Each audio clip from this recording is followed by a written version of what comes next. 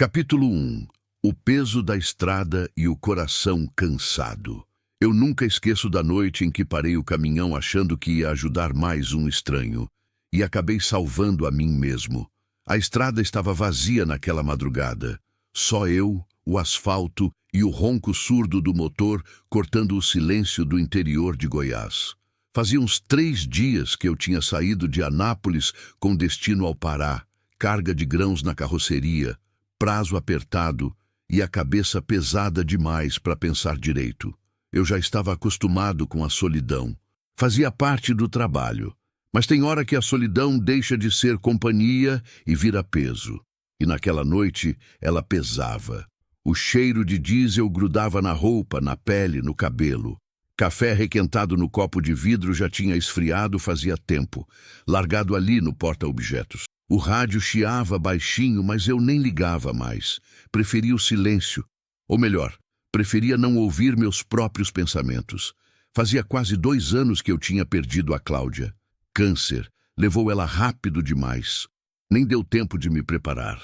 Nem sei se existe preparo para uma coisa dessas. A gente casou novo, planejou um monte de coisa junto e do nada, ela se foi.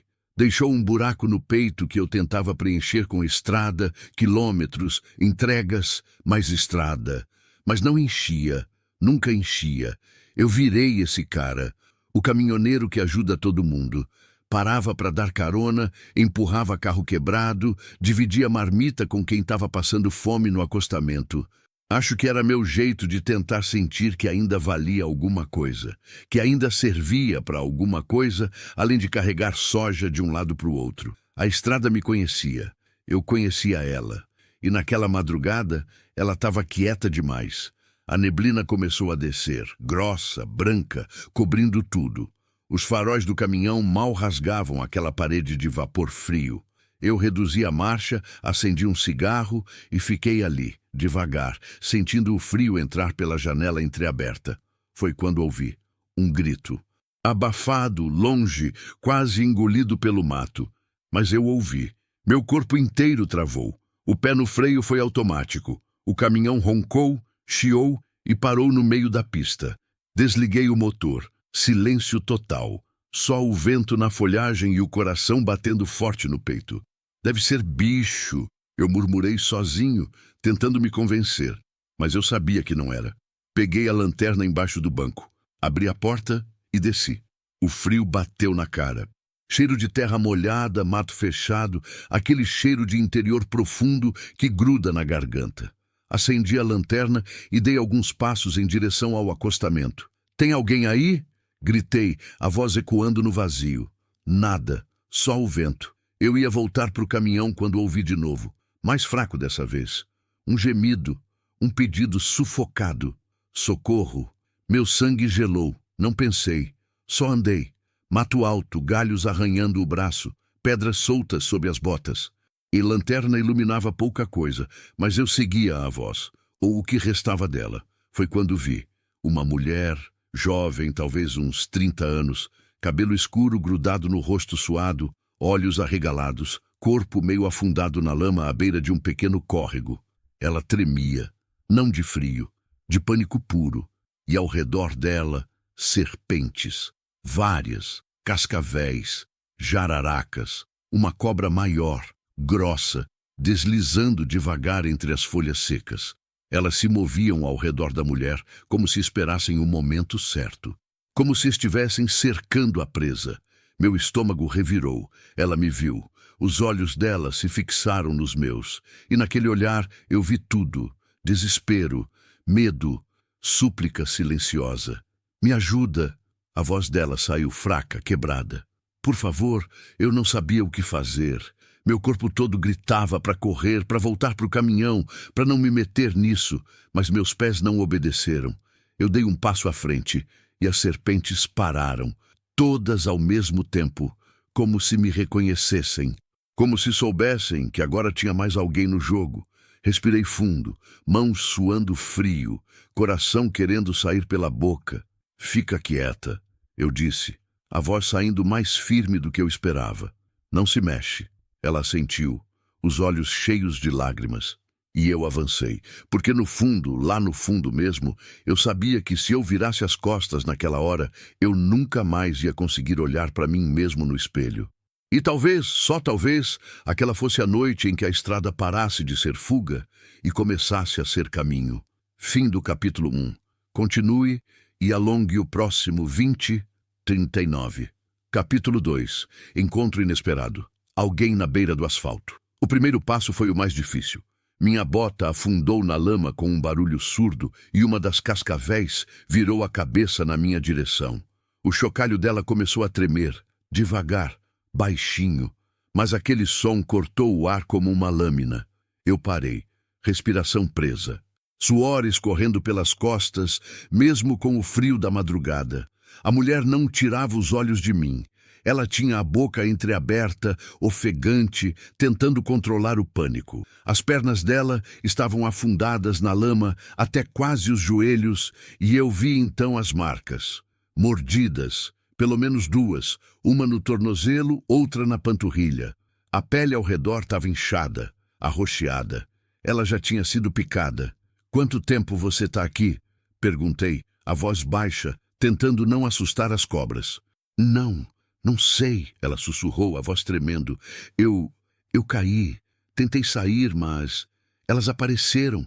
Não consigo me mexer. Ela estava em choque, dava para ver. O corpo inteiro tremia, os dedos crispados, os olhos vidrados. Não era só medo, era exaustão, dor, desespero acumulado. Olhei ao redor. Contei 6 serpentes, talvez 7. Difícil saber na escuridão. A lanterna iluminava só pedaços. Um corpo escamoso aqui, um par de olhos brilhando ali, o movimento lento e hipnótico de uma cauda deslizando entre as folhas. Eu não entendia nada de cobra. Nunca mexi com isso. Mas sabia o básico. Sabia que cascavel mata. Sabia que jararaca mata também. E sabia que se eu fizesse algum movimento brusco, elas iam atacar. E nós dois íamos morrer ali. Respirei fundo. Pensei rápido, precisava de algo, qualquer coisa. Olhei para o chão, galhos, pedras, folhas secas, nada que servisse. Mas então lembrei, eu tinha uma faca no cinto, não era grande, dessas de cabo de madeira que todo caminhoneiro carrega, servia para cortar corda, abrir caixa, descascar laranja. Não para enfrentar serpente, mas era o que eu tinha.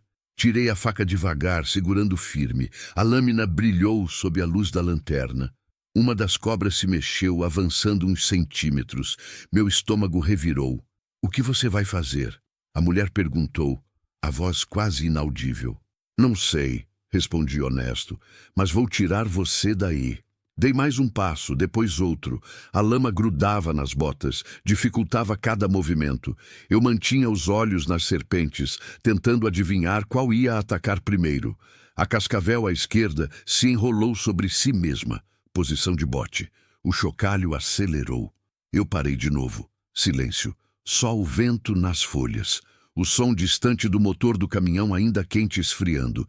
E aquele maldito chocalho. "Ei!" chamei baixinho, olhando para a cobra. "Calma aí, beleza? Ninguém precisa morrer hoje." Eu estava falando com uma cobra, como se ela fosse me ouvir, como se ela ligasse, mas era tudo o que eu conseguia fazer. Falar, tentar acalmar a mim mesmo. A cobra não atacou. Aproveitei e dei mais 2 passos rápidos. Agora eu estava quase ao lado da mulher. Podia sentir o cheiro dela, suor, medo, terra molhada, sangue. "Você consegue mover as pernas?" perguntei. Ela tentou, gemeu de dor. As lágrimas escorreram. "Não, tá doendo muito. Eu acho que não consigo." "Tudo bem", eu disse, a voz firme. "Eu vou te puxar, mas quando eu mandar, você empurra com toda a força que tiver. Entendeu?" Ela assentiu, mordendo o lábio inferior. Olhei de novo para as cobras. Elas continuavam ali, observando, esperando. Guardei a faca no cinto e me abaixei. Passei os braços por baixo dos ombros dela, segurando firme. Ela era leve, mais leve do que eu imaginava. Pele fria, corpo trêmulo.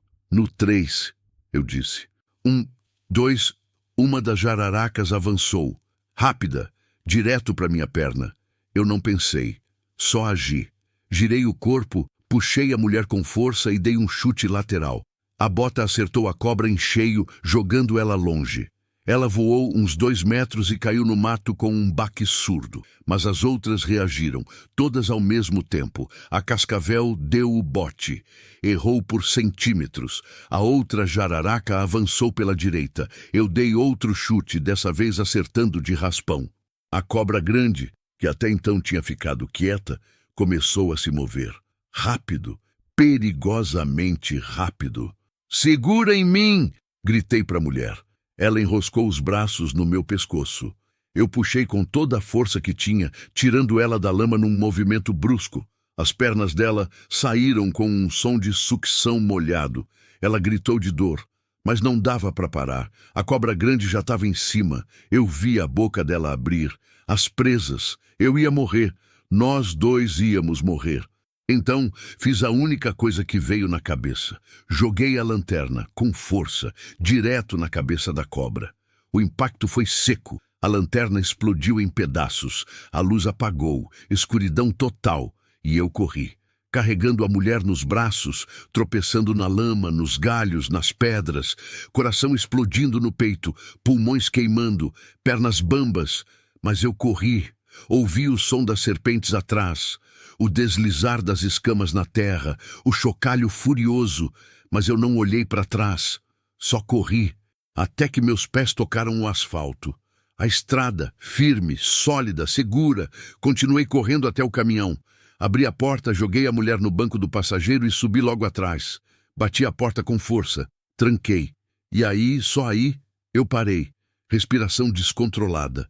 Mãos tremendo, suor escorrendo pela testa, pelas costas, por todo o corpo. Olhei para ela. Ela estava desmaiada, ou quase.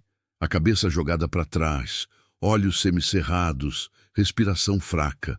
As pernas cobertas de lama, sangue e as marcas roxas das picadas. "Não", eu murmurei, sacudindo ela de leve. "Não, não, não.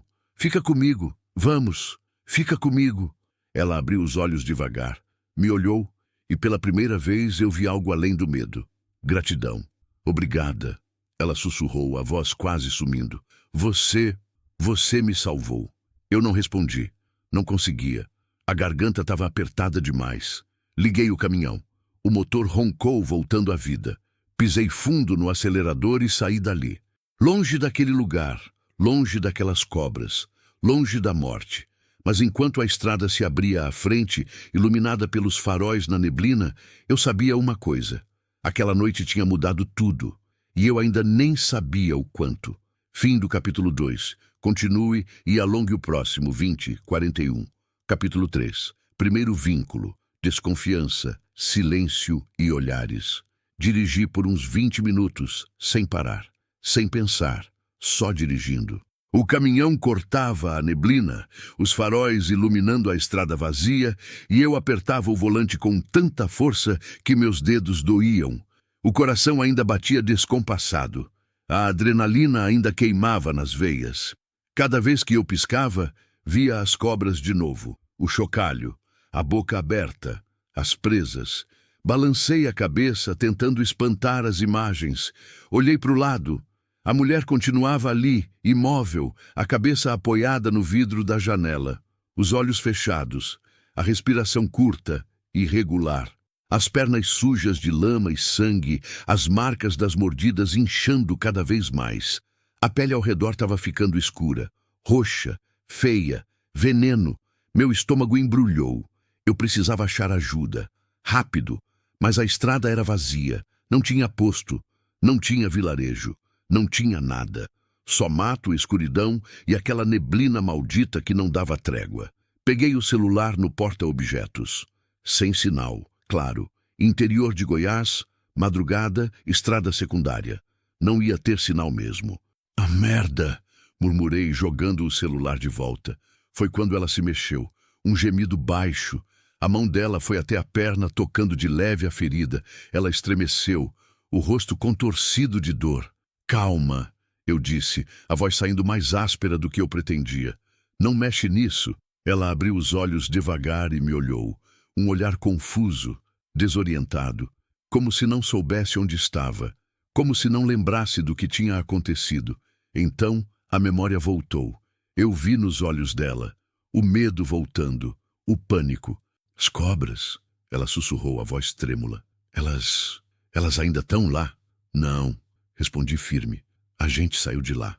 Você está segura agora? Ela respirou fundo, fechou os olhos. Uma lágrima escorreu pelo rosto sujo. Eu achei que ia morrer, ela disse, a voz quebrando. Achei que ninguém ia me achar. Eu não sabia o que dizer. Não sou bom com palavras. Nunca fui. Então só assenti, mantendo os olhos na estrada. O silêncio voltou, pesado, desconfortável. Ela ficou ali, encolhida no banco, abraçando o próprio corpo. Tremia. Não sei se de frio ou de choque. Provavelmente os dois. Peguei uma jaqueta velha que estava jogada no banco de trás e joguei no colo dela. Põe isso. Tá frio. Ela olhou para a jaqueta, depois para mim. Hesitou, mas pegou. Vestiu devagar, com dificuldade, os movimentos lentos e doloridos. Obrigada, ela murmurou. Eu não respondi. Só dirigi. Mais uns 10 minutos de silêncio. Só o ronco do motor e o asfalto passando lá embaixo. Foi ela quem quebrou o silêncio. Como você se chama? Olhei de relance. Ela me encarava agora, os olhos vermelhos, inchados, mas atentos, curiosos. Paulo, respondi. E você? Marina. Marina. Nome bonito, simples, mas tinha peso, tinha história. O que você estava fazendo lá, Marina? Perguntei, a voz baixa. No meio do mato, sozinha, de madrugada. Ela desviou o olhar, ficou encarando o vidro, a neblina lá fora, a escuridão. Começou, mas a voz falhou. Ela engoliu seco. Tentou de novo. Eu estava fugindo. A palavra ficou pendurada no ar. Eu não perguntei mais nada. Não era da minha conta. E pelo jeito que ela falou, pelo jeito que ela abaixou a cabeça, eu sabia que não era algo que ela queria falar. Não ainda. Tá bom, eu disse simples. Não precisa explicar. Ela me olhou de novo. Surpresa, talvez, como se esperasse que eu pressionasse, que eu cobrasse respostas, mas eu não ia fazer isso. Já tinha visto gente demais nessa estrada, gente fugindo, gente correndo, gente tentando recomeçar. Eu não era juiz de ninguém, e não ia ser dela também. O silêncio voltou, mas dessa vez era diferente, menos tenso, mais respeitoso. Dirigi mais uns 15 minutos até que finalmente vi uma luz, fraca, distante, mas uma luz, um posto de gasolina, velho, sujo, meio caindo aos pedaços, mas aberto. Estacionei na frente, desliguei o motor. O silêncio da madrugada engoliu tudo. Espera aqui, eu disse já abrindo a porta. Não, ela disse rápido, a voz firme, assustada. Não me deixa sozinha, por favor. Eu parei, olhei para ela. O medo nos olhos dela era real, genuíno, não era manha, não era exagero, era terror puro. Tá bom, eu disse mais suave. Vem comigo então, mas devagar. Você precisa de ajuda para andar? Ela balançou a cabeça. Eu tento. Desci do caminhão e dei a volta. Abri a porta do lado dela e estendi a mão. Ela olhou para minha mão. Hesitou. Depois pegou. A mão dela era fria, pequena, trêmula. Eu segurei firme e a ajudei a descer. Ela gemeu quando o pé tocou o chão, o peso nas pernas machucadas. Quase caiu. Eu segurei. Calma, eu disse. Se apoia em mim. Ela passou o braço pelo meu ombro e a gente foi andando devagar até a porta do posto. O velho que atendia estava sentado atrás do balcão, meio dormindo, um radinho velho chiando baixinho ao lado. Ele levantou a cabeça quando a gente entrou. Olhou para mim, depois para Marina. Os olhos dele se arregalaram quando viu as pernas dela. Meu Deus do céu, ele disse, se levantando rápido. O que aconteceu? Picada de cobra, respondi direto. Várias. Ela precisa de um hospital. O velho coçou a cabeça nervoso. Hospital mais perto é em Porangatu, uns 50 quilômetros daqui. Mas essa hora da noite, não sei se tem médico de plantão. Não importa, eu disse. A gente vai assim mesmo. O velho assentiu. Foi até os fundos e voltou com uma garrafa de água, um pano limpo e uma caixinha de primeiros socorros velha. Não tenho muita coisa aqui, mas Isso pode ajudar até vocês chegarem lá. Ele molhou o pano e limpou de leve as feridas de Marina. Ela mordeu o lábio, segurando a dor. Não gritou, não reclamou, só aguentou. Ela era forte, mais forte do que parecia. O velho passou um pouco de álcool, fez um curativo improvisado e entregou a garrafa de água para ela. Bebe, vai te fazer bem. Marina pegou a garrafa e bebeu. Devagar, com dificuldade, mas bebeu. Obrigada, ela disse, a voz fraca. O velho olhou para mim. Você é corajoso, rapaz. Não sei se eu teria feito o mesmo. Eu não respondi. Não era sobre coragem, era sobre... não sei. Sobre não conseguir virar as costas, sobre ainda acreditar que valia a pena. Paguei pela água, agradeci e voltei para o caminhão com Marina. A ajudei a subir de novo, fechei a porta e liguei o motor. Porangatu, 50 quilômetros. Pisei no acelerador e saí dali. A estrada se abriu à frente, ainda coberta de neblina, mas agora tinha um destino, um rumo, algo além de só dirigir para esquecer. Olhei de relance para Marina. Ela estava olhando pela janela, a mão apertando a jaqueta contra o corpo. Por que você parou? Ela perguntou de repente, sem tirar os olhos do vidro. O quê? Por que você parou? Ela repetiu, dessa vez me encarando. Você podia ter passado direto, fingido que não ouviu. Ninguém ia saber, ninguém ia te julgar. Eu fiquei em silêncio, pensando, porque eu parei. Não sabia explicar, não com palavras pelo menos. Porque, comecei, buscando as palavras certas. Porque se eu não tivesse parado, eu não ia conseguir seguir em frente, sabe? Ia ficar pensando, imaginando, me culpando. Ela continuou me olhando. Você é um homem bom, Paulo. Eu quase ri, quase. Não sei se sou, não, respondi honesto. Mas eu tento. Acho que é só isso. Eu tento. Ela sorriu. Foi pequeno, fraco, mas era um sorriso. E naquele momento, naquela estrada vazia, com a neblina grudando no para-brisa e o motor roncando baixinho, eu senti algo que não sentia fazia tempo. Propósito. Mesmo que fosse só por uma noite. Mesmo que fosse só até chegar no hospital. Eu tinha um propósito. E talvez, só talvez, aquilo fosse suficiente. Fim do capítulo 3. Continue e alongue o próximo 20:45. Capítulo 4. Aflição crescente. A noite, a chuva e o medo. A estrada começou a mudar uns 20 minutos depois que a gente saiu do posto. O asfalto ficou mais estreito, cheio de buracos. A neblina engrossou ainda mais, grudando no para-brisa feito uma parede branca que os limpadores mal conseguiam vencer. E então veio a chuva, fina no começo. Só uns pingos esparsos batendo no vidro. Mas em questão de minutos, virou temporal. Chuva pesada, densa, barulhenta. Eu reduzi a marcha, os olhos fixos na estrada que mal conseguia enxergar. Os faróis iluminavam só uns 3 metros à frente. O resto era escuridão e água caindo sem parar. Tá piorando, Marina disse, a voz tensa. Eu sei, respondi, apertando o volante com mais força. Ela se mexeu no banco inquieta. A mão foi até a perna de novo, tocando o curativo. Fez uma careta de dor. Tá doendo muito? Perguntei, sem tirar os olhos da estrada. Pá, tá queimando, ela respondeu, a voz falhando. Parece que tá pegando fogo por dentro. Veneno. O veneno estava se espalhando.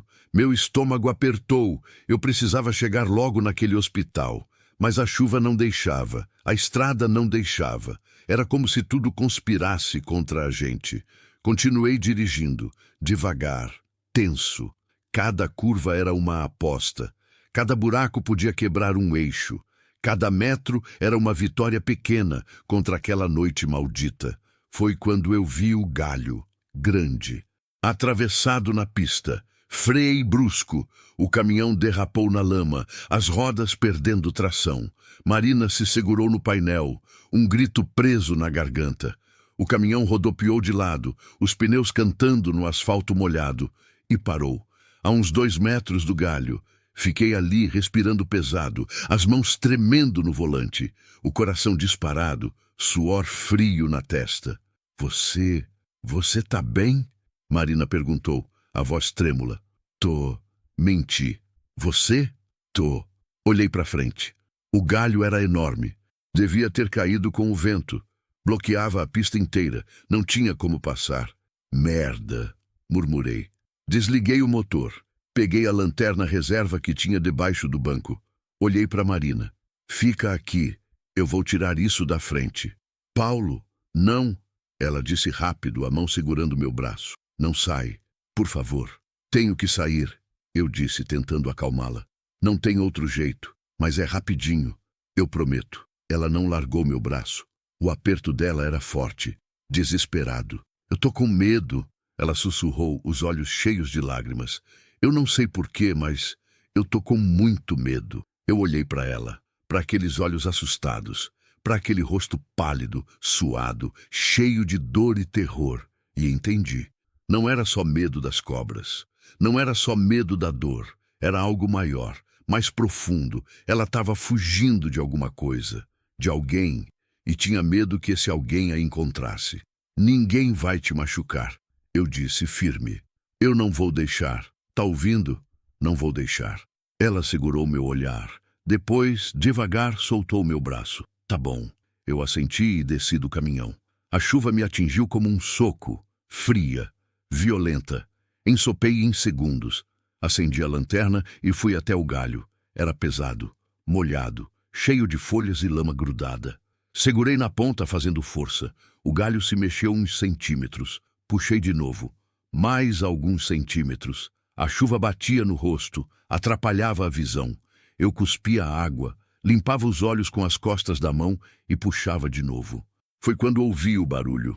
Motor, longe, mas vindo na minha direção. Parei. Olhei para a estrada à frente. Escuridão total. Nada. Mas o barulho continuava. Ficando mais perto, faróis. 2 pontos de luz cortando a chuva. Um carro. Vindo rápido. Rápido demais para aquela estrada. Para aquela chuva. Algo no meu peito apertou. Voltei correndo para o caminhão. Subi. Tranquei a porta. Olhei para Marina. Ela estava pálida. Olhos arregalados. Tremendo. É ele. Ela sussurrou, a voz quase sumindo. Ele me achou. Quem? Perguntei, o coração acelerando.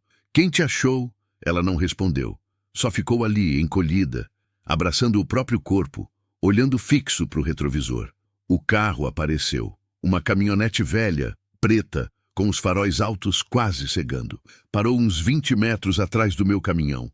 O motor continuou ligado, os limpadores batendo no vidro. Ninguém desceu.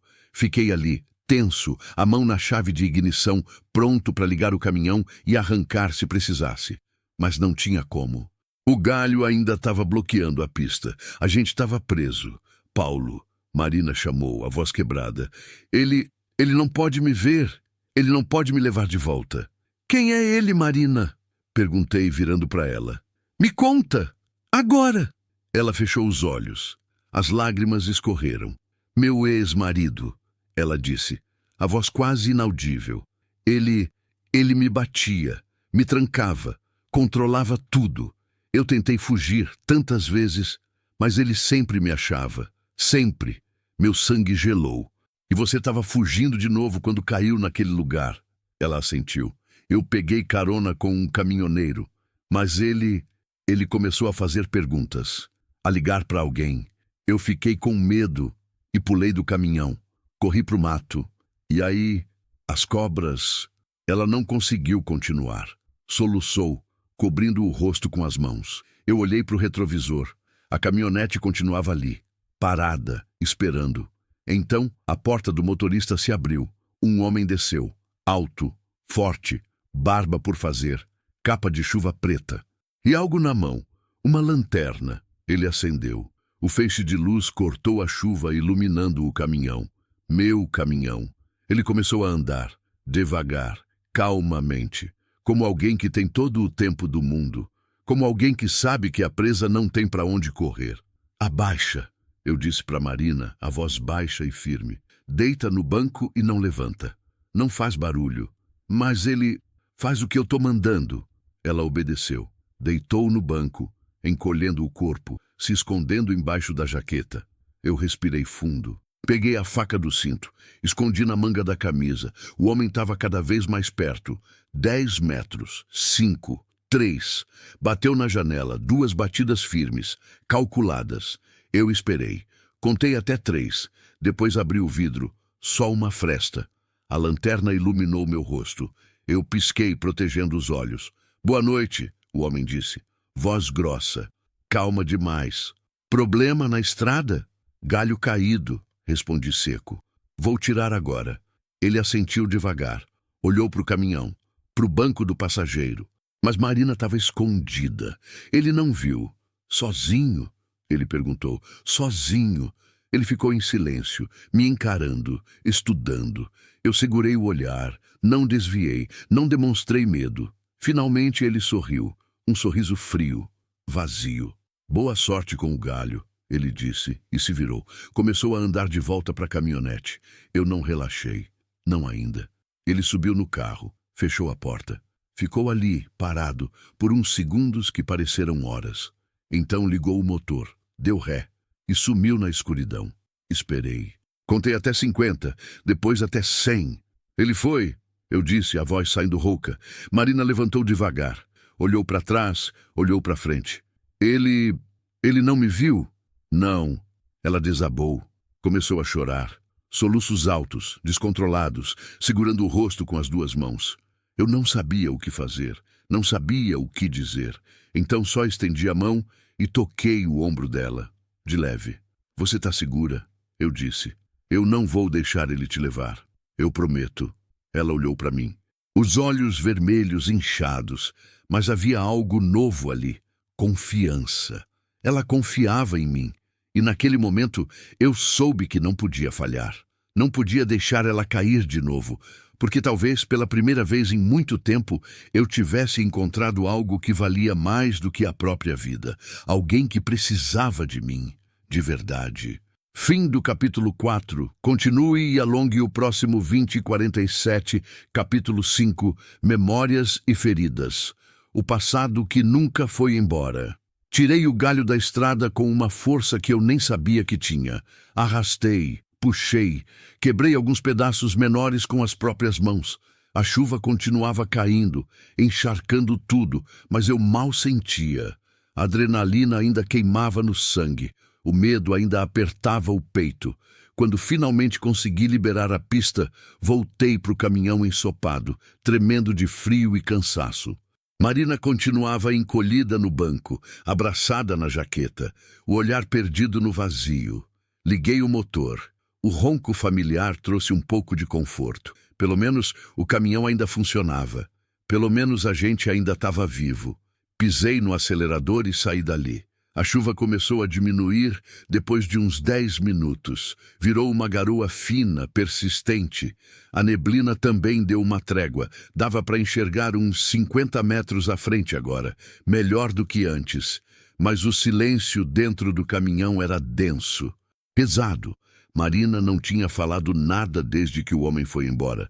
Só ficava ali, olhando para a estrada, para o nada, para o próprio reflexo no vidro molhado. Eu não pressionei. Sabia que ela estava processando, tentando entender que tinha escapado. De novo. Mas por quanto tempo? A pergunta ficou pendurada no ar mesmo sem ser dita. Dirigi mais uns 20 minutos até que vi uma placa. Velha, enferrujada. Mas dava para ler. Porangatu, 15 quilômetros aliviado, respirei fundo. Ainda faltava, mas a gente estava chegando. Marina, chamei baixinho. Mais uns 15 quilômetros. Aguenta firme. Ela virou a cabeça devagar e me olhou. O rosto dela estava pálido, suado, os lábios meio roxos. O veneno estava avançando. Dava para ver. Eu não sei se aguento. Ela sussurrou, a voz fraca. Aguenta, eu disse, firme. Você já aguentou até agora. Só mais um pouco. Ela tentou sorrir. Não conseguiu, mas assentiu. Voltei os olhos para a estrada. As mãos apertadas no volante. A mandíbula travada. Não morre, eu pensava. Por favor, não morre. Foi quando ela falou de novo. Você tem família, Paulo? A pergunta me pegou de surpresa. Hesitei. Não era algo que eu gostava de falar, mas depois de tudo que ela tinha me contado, parecia justo. Tinha, respondi a voz baixa. Minha esposa, Cláudia. Tinha? Ela morreu. Faz quase 2 anos. Marina ficou em silêncio. Depois, sinto muito. Eu assenti, engolindo o nó na garganta. Câncer, continuei, mesmo sem ela perguntar. Talvez eu precisasse falar, tirar para fora. Foi rápido. Diagnosticaram em maio. Em setembro ela já tinha ido. Nem deu tempo de me despedir direito. Vocês eram felizes? Éramos. A palavra saiu seca. Verdadeira. Éramos felizes. Muito felizes. Até que não éramos mais. Até que ela se foi e deixou um buraco tão grande que eu não conseguia preencher com nada. Por isso você anda tanto na estrada? Marina perguntou, a voz suave. A fugir? Eu não respondi na hora. Pensei. Considerei mentir. Mas não fazia sentido. Admiti. No começo, era para fugir mesmo. Não conseguia ficar em casa. Tudo lá lembrava ela. A cama, a cozinha, o quintal, até o cheiro. Tudo tinha o cheiro dela ainda. Fiz uma pausa. Respirei fundo. Então eu comecei a pegar viagens mais longas. Ficar na estrada semanas seguidas. Achei que ia ajudar, que ia doer menos. E ajudou? Não. Marina ficou quieta. Depois estendeu a mão e tocou meu braço. De leve, um toque rápido, mas significou muito. Obrigada por me contar, ela disse. Obrigado por perguntar. Outro silêncio. Mas diferente agora. Menos pesado. Quase confortável. A chuva tinha parado completamente. O céu começava a clarear no horizonte. Ainda era madrugada, mas já dava para ver as primeiras frestas de luz rompendo a escuridão. Eu me casei nova. Marina disse de repente, a voz distante, como se estivesse relembrando algo muito antigo. 19 anos. Achei que era amor. Achei que ele ia me cuidar, me proteger. Ela soltou uma risada amarga. Que idiota eu fui. Você não foi idiota, eu disse. Você só confiou na pessoa errada. No começo era bom. Ela continuou, ignorando meu comentário. Ele era carinhoso, atencioso, me levava para jantar, trazia flores, dizia que eu era a mulher da vida dele. Fez uma pausa, limpou uma lágrima que escorreu. Mas depois que a gente casou, mudou, devagar, aos poucos. Primeiro foi só ciúme. Não queria que eu falasse com outros homens, nem com amigas. Depois veio o controle. Queria saber onde eu estava toda hora. Com quem? Por quê? E quando eu questionava, ele explodia. A voz dela tremeu. A primeira vez que ele me bateu, eu nem acreditei. Ele me empurrou contra a parede, gritou comigo, depois chorou, pediu desculpa, disse que nunca mais ia acontecer. Mas aconteceu, eu disse, baixinho. Aconteceu, ela confirmou. De novo, e de novo, e de novo, até virar rotina, até eu achar que era normal, que eu merecia. Meu estômago revirou, as mãos apertaram o volante com tanta força que meus dedos estralam.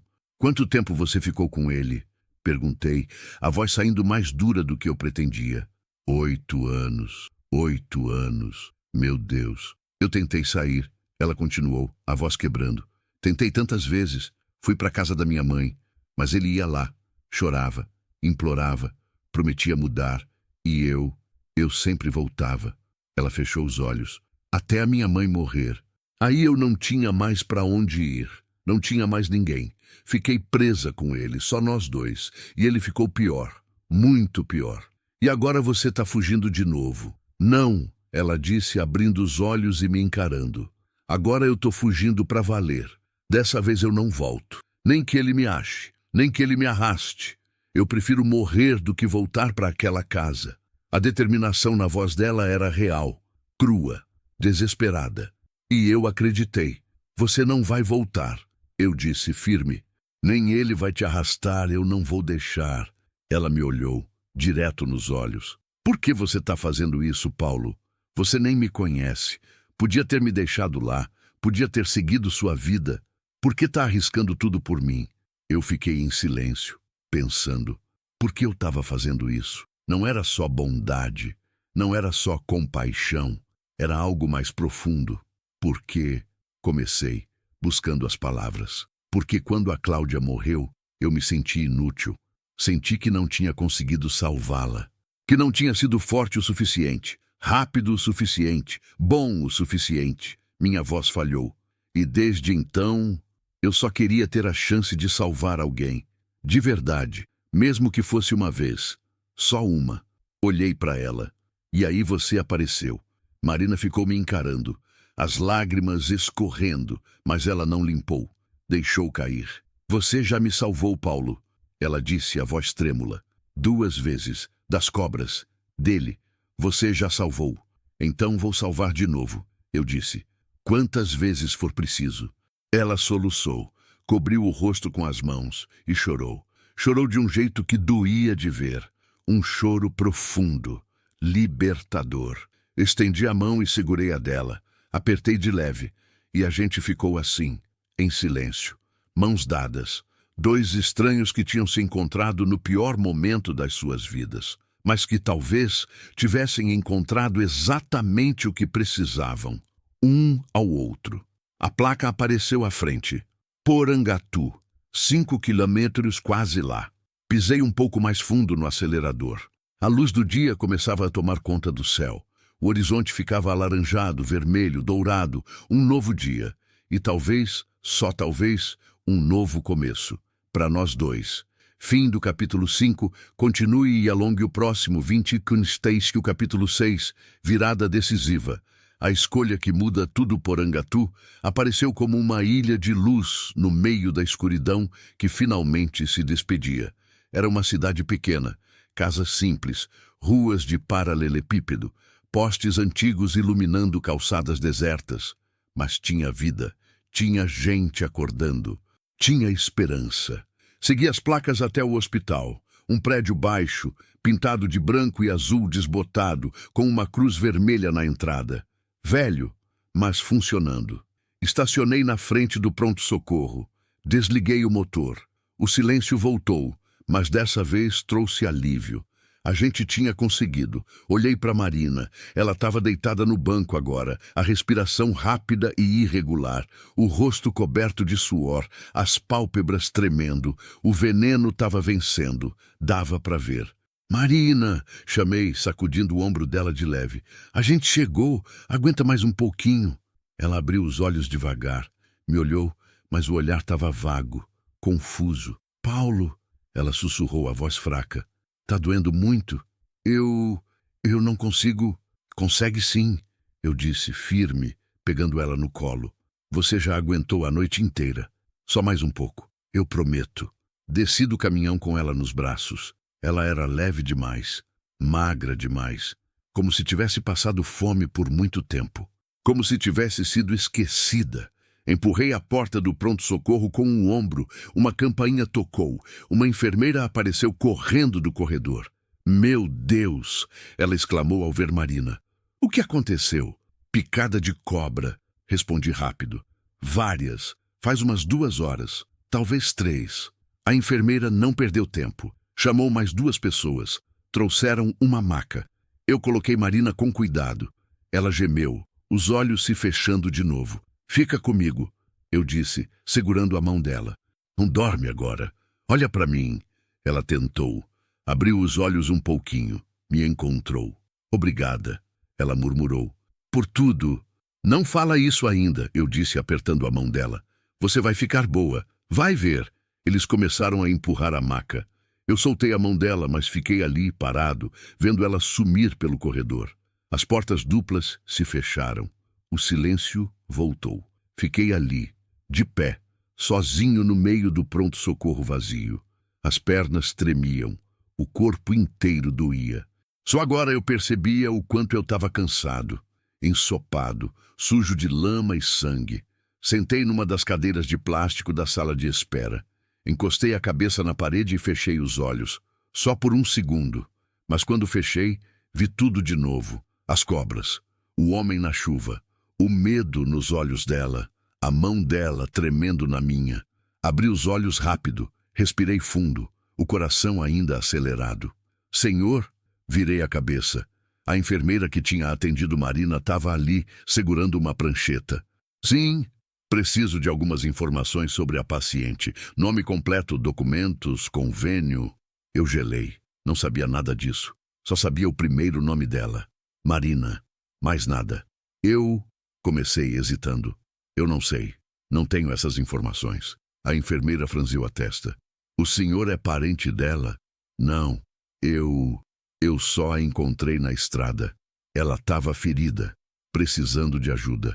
A enfermeira me olhou de um jeito estranho, desconfiado. Entendo, ela disse, anotando algo na prancheta. E o senhor sabe se ela tem família? Alguém que a gente possa avisar? Pensei na mãe morta, no ex-marido violento. Não, respondi. Ela não tem ninguém. A enfermeira suspirou. Vou precisar que o senhor preencha pelo menos um formulário. Nome, endereço, como a encontrou. É protocolo. Assenti. Ela me entregou um papel e uma caneta. Sentei de novo e comecei a preencher. Nome, Paulo Henrique da Silva. Endereço, nenhum fixo, caminhoneiro. Como encontrei a vítima? Acidente na estrada, picada de cobra. Terminei e devolvi. A enfermeira pegou, leu rapidamente e assentiu. Obrigada, vou levar para o médico. O senhor pode esperar aqui. Assim que tivermos notícias, eu aviso. Ela se virou para ir embora, mas eu a chamei. Ela vai ficar bem? A enfermeira parou, olhou para mim. E pela primeira vez, o olhar dela ficou suave, humano. A gente vai fazer o possível, ela disse. Mas o senhor chegou a tempo. Isso já é muito. E saiu. Fiquei ali, esperando. Os minutos se arrastavam, cada segundo parecia 1 hora. Eu olhava para o relógio na parede, 5h47. Ainda era cedo, mas parecia que tinha passado uma vida inteira desde que eu tinha parado o caminhão naquela estrada. Levantei. Andei até a janela. Lá fora a cidade começava a acordar. Algumas pessoas passavam nas calçadas. Um cachorro velho dormia perto de um poste. O céu estava clareando de vez agora, as nuvens tingidas de rosa e laranja. Era bonito, mas eu mal conseguia apreciar. Minha cabeça estava cheia demais. Preocupação, medo, culpa. E se ela não sobreviver? A pergunta me atingiu como um soco. E se depois de tudo, ela morrer mesmo assim? Balancei a cabeça, tentando afastar o pensamento. Mas ele grudava, insistente. Foi quando ouvi passos rápidos no corredor.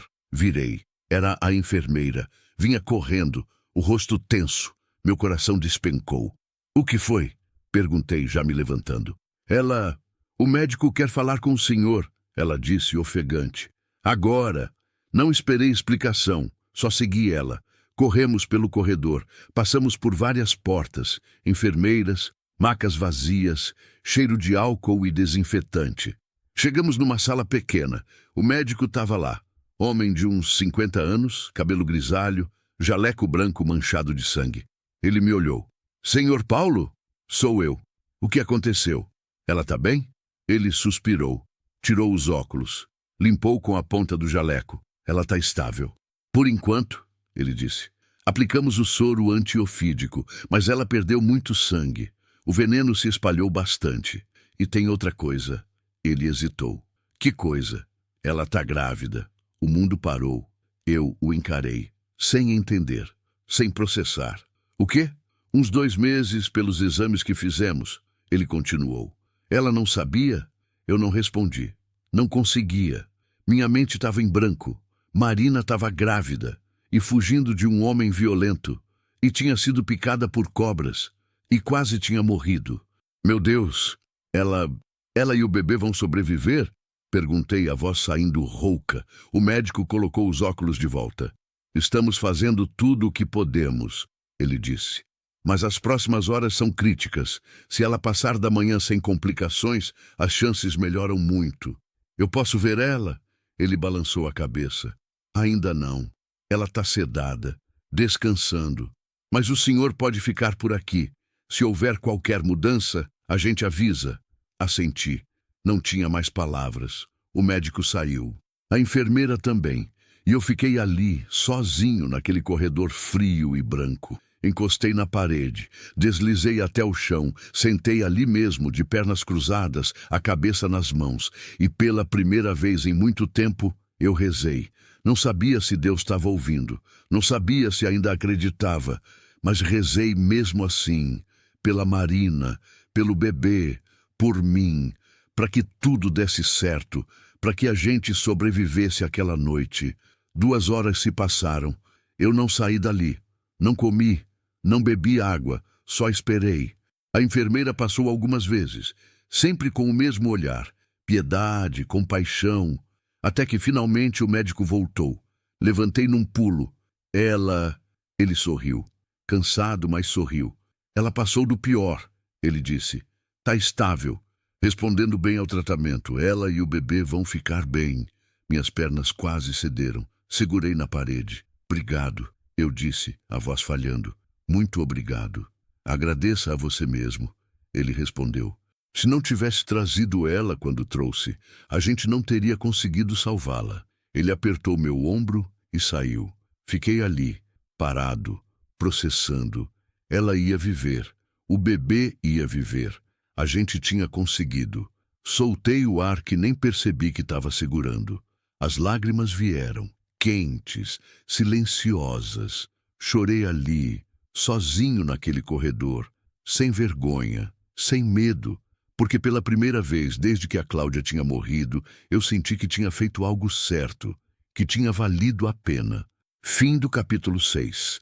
Continue e alongue o próximo 56, capítulo 7, travessia final, entre o medo e o alívio. Deixaram eu entrar no quarto dela umas 3 horas depois. Era um quartinho simples, paredes brancas descascadas, uma janela pequena com cortina azul desbotada, uma cadeira de plástico no canto, e a cama, com Marina deitada, conectada a soros e aparelhos que apitavam baixinho. Entrei devagar, como se o barulho dos meus passos pudesse quebrá-la. Ela estava dormindo. O rosto ainda pálido, mas menos tenso. A respiração calma, ritmada. As pernas enfaixadas, elevadas em travesseiros. Parecia frágil, pequena, mas viva. Puxei a cadeira para perto da cama e sentei. Fiquei ali, só olhando, observando o peito dela subir e descer, observando as pálpebras tremendo de vez em quando, como se ela estivesse sonhando. Esperei que fosse um sonho bom. Não sei quanto tempo passou, talvez meia hora, talvez mais. O tempo tinha parado de fazer sentido. Então ela se mexeu. Um gemido baixo, a mão dela foi até o rosto esfregando os olhos. Depois abriu, devagar, piscando contra a luz suave que entrava pela janela. Me viu. Paulo. Ela sussurrou, a voz rouca. Oi, eu disse, me inclinando para frente. Como você está se sentindo? Ela pensou. Olhou para o teto, para os aparelhos, para as próprias pernas enfaixadas. Viva, ela respondeu, e soltou uma risada fraca. Eu tô viva. Tá sim. Ela virou a cabeça e me olhou direto nos olhos. Os olhos dela estavam vermelhos, mas havia algo novo ali. Algo que não tinha antes. Paz. Você ficou. Ela disse como se não acreditasse. Você não foi embora. Não ia a lugar nenhum. Respondi. Não sem saber que você estava bem. Ela mordeu o lábio. As lágrimas começaram a escorrer. Silenciosa. Ninguém nunca ficou antes. Ela sussurrou. Sempre me deixaram. Sempre. Estendi a mão e segurei a dela. Apertei de leve. Eu não sou ninguém. Eu disse. E eu não vou te deixar. Ela apertou minha mão de volta, forte, como se tivesse medo que eu sumisse se ela soltasse. Ficamos assim, em silêncio, mãos dadas, 2 estranhos que tinham passado pela noite mais longa das suas vidas e tinham sobrevivido. Juntos, foi ela quem quebrou o silêncio. O médico, ele me contou, ela disse, a voz trêmula, sobre o bebê. Eu assenti. Você não sabia? Não, ela disse, balançando a cabeça. Eu desconfiava. Estava atrasada, passando mal de manhã, mas achei que era só o estresse. O medo, tudo que eu estava passando. Ela olhou para a barriga, colocou a mão livre sobre ela, de leve, como se estivesse descobrindo algo precioso. Eu tô grávida, ela repetiu, quase para si mesma. Eu vou ter um filho. Sim, ela me olhou, e o medo voltou. Eu vi nos olhos dela. E se for dele? Ela perguntou, a voz quebrando. E se o bebê for do meu ex-marido? Eu não soube o que dizer na hora. Não tinha resposta fácil. Não tinha a resposta certa, mas tinha a verdade. E se for? Respondi. Isso não muda nada. O bebê é seu, não dele, seu. E você vai amar esse bebê, não importa de quem seja, porque você é boa, porque você é forte e porque você merece ser feliz. As lágrimas dela caíram mais rápido agora. Eu tenho tanto medo, Paulo, ela confessou. Medo dele me achar, medo de não conseguir cuidar do bebê sozinha, medo de tudo. Eu sei, eu disse apertando a mão dela mais forte. Mas você não está sozinha, não mais. Ela me encarou. O que você quer dizer? Respirei fundo. Não tinha planejado o que ia falar, não tinha pensado direito, mas as palavras saíram mesmo assim, verdadeiras, cruas. Eu vou te ajudar, eu disse. Não sei como ainda, não sei onde a gente vai, mas eu não vou deixar você enfrentar isso sozinha. Nem você, nem esse bebê. Paulo, você mal me conhece. Porque a gente se conhece onde importa. Eu interrompi.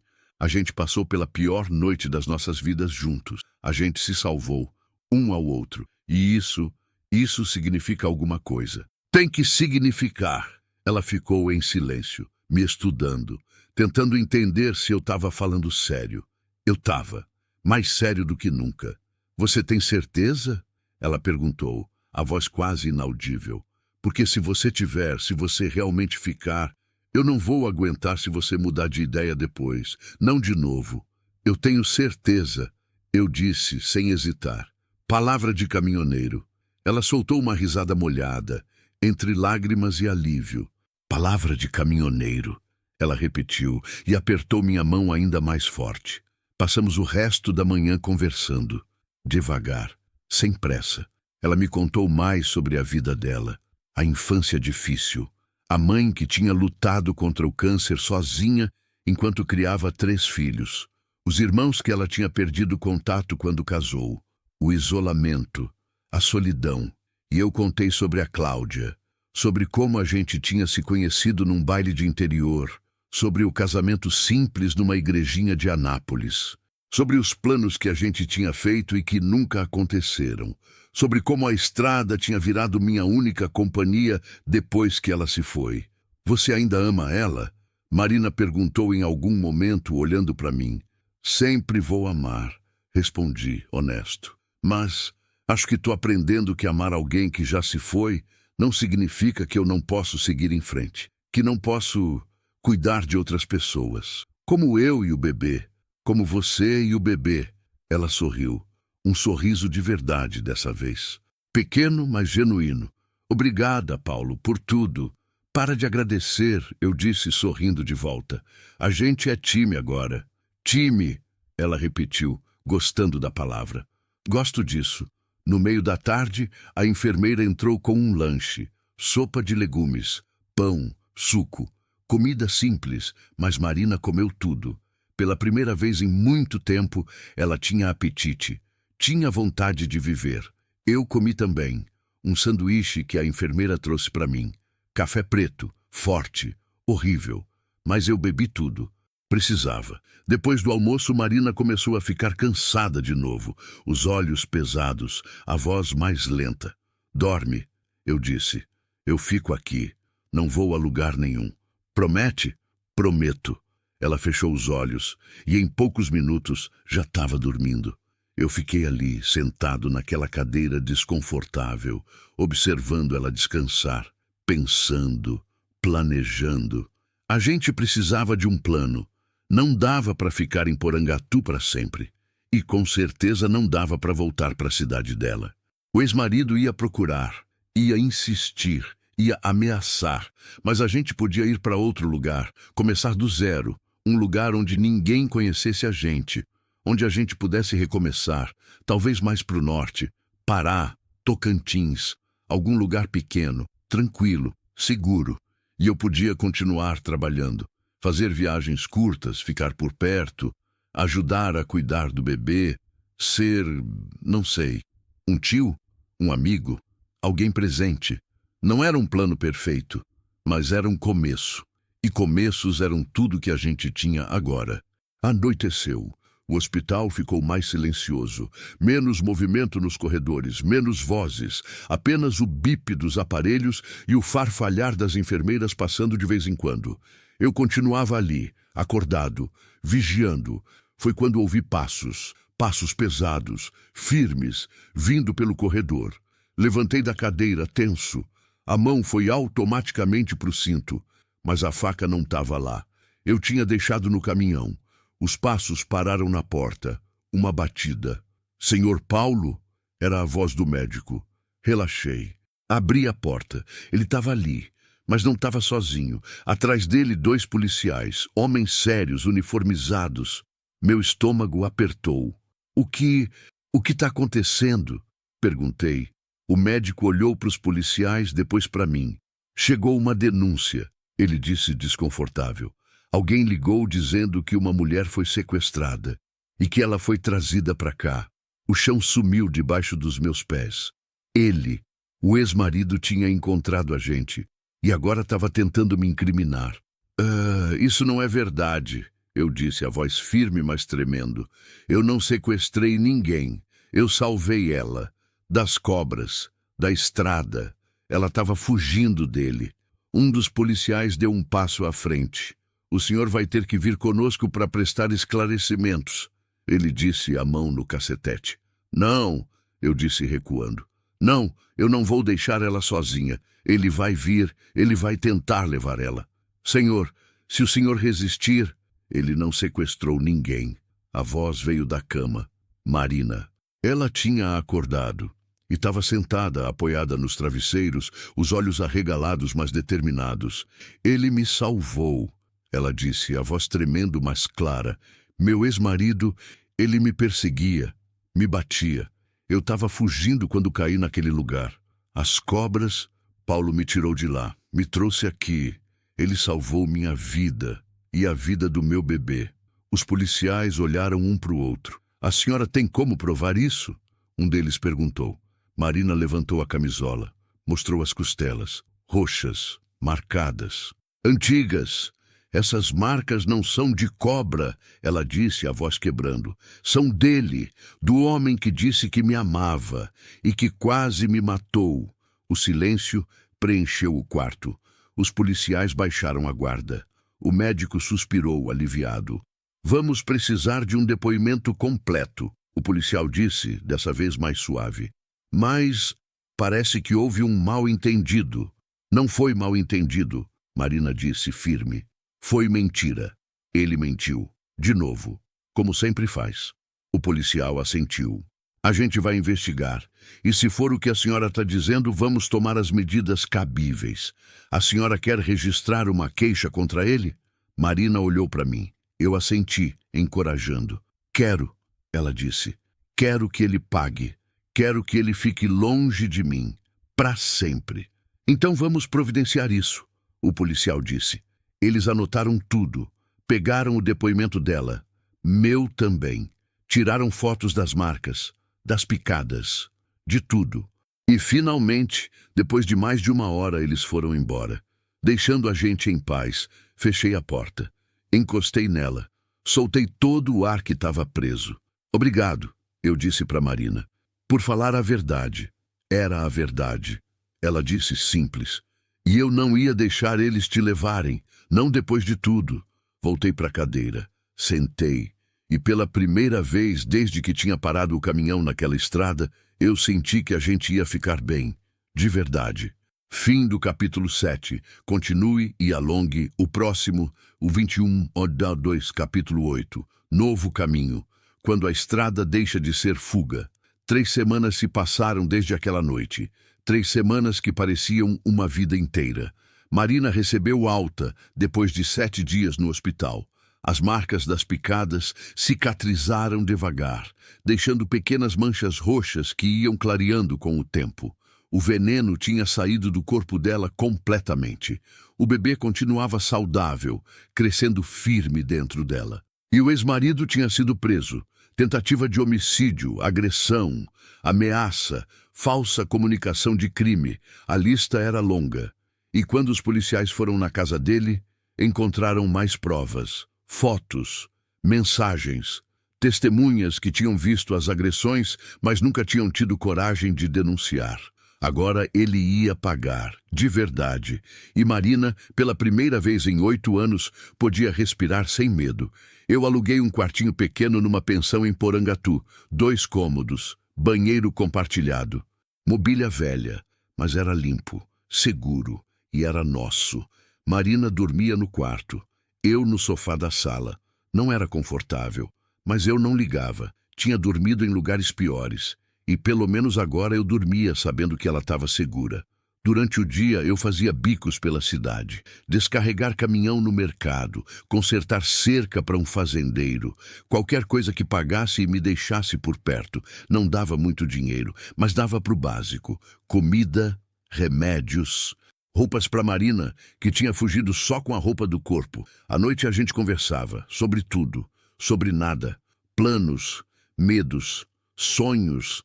Ela queria ter uma casa, pequena, simples, com um quintal onde o bebê pudesse brincar, onde ela pudesse plantar flores, tomate, alface, coisas simples. Ela dizia, sorrindo: eu só quero coisas simples agora.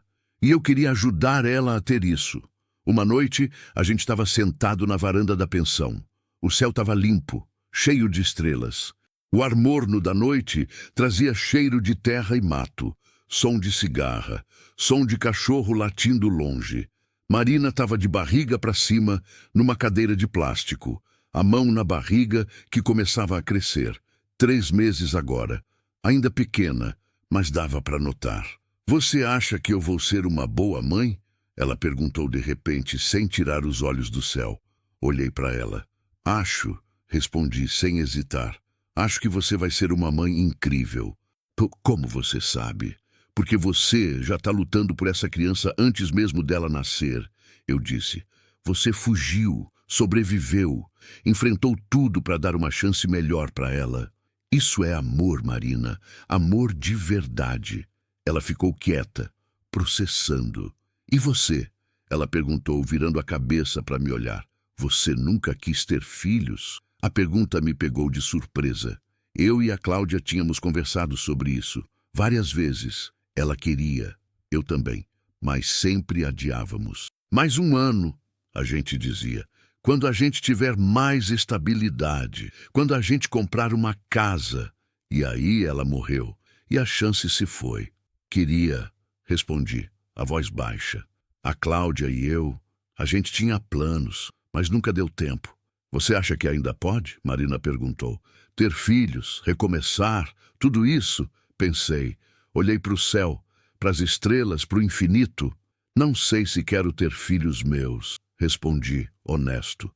Mas acho que posso ajudar a cuidar de um, ser presente. Ser, sei lá, um tio, um padrinho, alguém que a criança possa contar.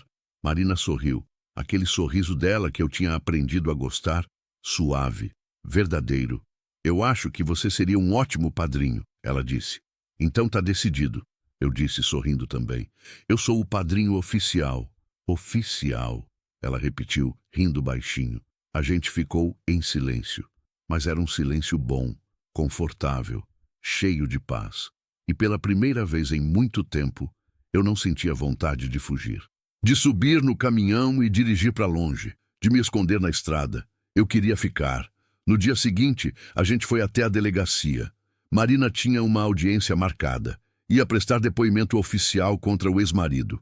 E eu ia junto, para apoiar, para testemunhar, para estar lá. A delegacia era pequena, velha, com ventilador de teto quebrado e cadeiras de plástico rachadas. Mas tinha gente boa trabalhando ali, gente que se importava. A delegada era uma mulher de uns 40 anos, cabelo curto, olhar firme. Ela ouviu Marina com atenção. Anotou tudo, fez perguntas difíceis, mas necessárias. Marina respondeu tudo, sem esconder, sem minimizar.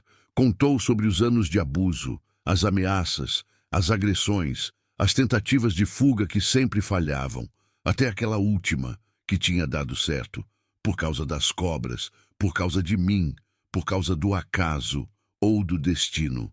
Quando Marina terminou, ela estava exausta, pálida, tremendo, mas também aliviada. como se um peso tivesse saído dos ombros dela. A delegada se levantou, estendeu a mão para Marina. Você é muito corajosa, ela disse. E pode ter certeza que a gente vai fazer tudo para garantir que ele não chegue perto de você nunca mais. Marina apertou a mão dela e chorou. Não de tristeza, de alívio, de libertação. Voltamos para a pensão a pé. O sol estava forte, mas a brisa ajudava. Marina andava devagar, uma mão sempre na barriga, protegendo. Obrigada por ter vindo comigo, ela disse em algum momento. Sempre vou estar com você, eu respondi. Pode contar com isso. Eu sei, ela disse, e me olhou de um jeito diferente. Um jeito que me fez parar. O quê? Perguntei. Nada, ela disse, mas o sorriso dela dizia tudo. É só que eu acho que você é a melhor pessoa que eu já conheci, Paulo. De verdade. Eu não soube o que dizer. Fiquei sem palavras. Ela riu do meu silêncio. Fica sem graça não. Aceita o elogio. Tô aceitando, eu disse rindo também. Só não sei se mereço. Merece, ela disse firme. Merece muito mais do que você pensa. Naquela noite eu não consegui dormir. Ficava olhando para o teto da sala, para o ventilador rodando devagar, fazendo aquele barulho ritmado.